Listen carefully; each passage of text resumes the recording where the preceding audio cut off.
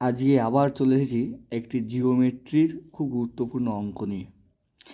আজকের অঙ্কটা বিভিন্ন পরীক্ষায় আসে। কিভাবে করতে হবে দেখো, অঙ্কটাকে পড়ে শোনাই।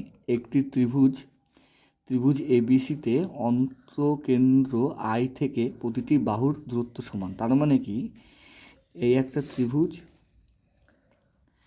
এই ত্রিভুজের অন্তঃকেন্দ্র মানে কি, এই যে মিডিলে এটা হলো আই, এর থেকে এই প্রত্যেকটি বাহু, যে বাহু বেরোচ্ছে তিনটি, এই প্রত্যেকটি বাহুর কি দূরত্ব বা দৈর্ঘ্যই কি সমান। এরপরে যদি কোণ বি ইকুয়াল টু 56 ডিগ্রি হয়, তার মানে কি এ বি সি, তাহলে কী বলে ত্রিভুজ এবিসিতে কোণ বি এর মান কত?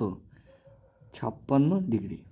তাহলে বলছে কোণ এ আই সি এর মান কত, মানে এই যে কোণটা, এই কোণের মান কত।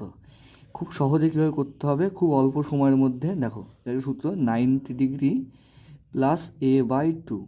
এ মানে যে কোণটি দেওয়া থাকবে সেই কোণটি, তাহলে 90 ডিগ্রি প্লাস 56/2। কাটাকাটিগুলো কত হচ্ছে, 2 দুগুণে 4, 8 দুগুণে 16, তাহলে কত হচ্ছে 8, তাহলে 118 ডিগ্রি কি এই অন্তঃকেন্দ্রের মান লেখার উত্তর।